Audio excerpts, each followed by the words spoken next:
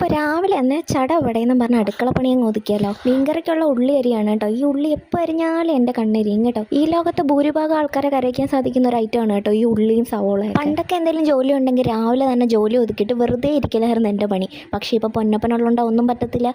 രാവിലെ തന്നെ അവൻ്റെ കാര്യങ്ങളെല്ലാം നോക്കി അവനെ കുളിപ്പിച്ച് ആഹാരമൊക്കെ കൊടുത്തു കഴിഞ്ഞിട്ടേ എന്ത് ജോലിയും ചെയ്യാൻ പറ്റത്തുള്ളൂ കേട്ടോ. അപ്പോൾ ഞാനിത് ഏകദേശം ഒരു 11 മണി 10:30 ആയപ്പോഴാണ് ഈ ജോലി തുടങ്ങുന്നത് തന്നെ. അമ്മ രാവിലെ തന്നെ ഹോസ്പിറ്റലിൽ പോയിട്ട് മീനൊക്കെ വൃത്തിയാക്കി വെച്ചിട്ടാണ് പോയത് കേട്ടോ.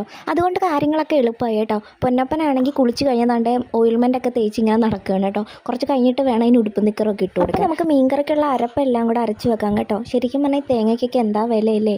അതുകൊണ്ട് ഞാൻ കുറച്ച് തേങ്ങ എടുത്തിട്ടുള്ളൂ.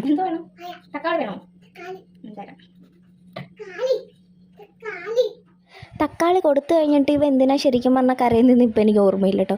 ഇവനിങ്ങനെ കരഞ്ഞുകൊണ്ടേയിരിക്കും. ഒരു കാര്യമില്ലാതെ 24 മണിക്കൂർ കീറിക്കൊണ്ട് നടക്കലാണ് അവൻ്റെ പണി. അരച്ച് വെച്ച അരപ്പെല്ലാം കൂടെ ചട്ടിയിലോട്ട് തട്ടിക്കൊടുത്ത് നന്നായിട്ട് കലക്കി എടുക്കാം കേട്ടോ. അതിനകത്ത് നമുക്ക് മണത്തിന് വേണ്ടിയിട്ട് നല്ല ഉണ്ടമുളകും കൂടി ഇട്ട് കൊടുക്കുക. ഇതിന് നല്ല മണം ഉണ്ടായിരുന്നു കേട്ടോ. ശരിക്കും പറഞ്ഞാൽ ഇത് കട്ട് ചെയ്യാൻ കുറച്ച് പാടായിരുന്നു. പിന്നെ കൈ മുറിയാതെ ഞാൻ കട്ട് ചെയ്യാൻ നോക്കിയാണ് എൻ്റെ കയ്യിൽ നിന്ന് തെറിച്ച് പോയത് കേട്ടോ. എന്ന് അടുക്കളയിൽ കയറി എന്തെങ്കിലും ചെയ്യാനിരുന്നാലും എൻ്റെ കൈ മുറിയും കേട്ടോ. അതിപ്പോൾ വിരലുറ ഇട്ടാലേ ശരി, വിരലുറ ഇല്ലാത്ത വിരലുകൾ നോക്കി മുറിയും. മീൻ വറക്കാനുള്ളതും പുരട്ടി വെച്ച് മോരെടുത്തൊന്ന് 2 കലക്ക് കലക്കിയപ്പോൾ അതാണ്ട് എല്ലാം കൂടെ പൊന്തി ഇങ്ങ് വന്നു കേട്ടോ. അങ്ങനെ മോരും കാച്ചാനായിട്ട് വെച്ചിട്ടുണ്ട്, മീൻകറി വെച്ചിട്ടുണ്ട്.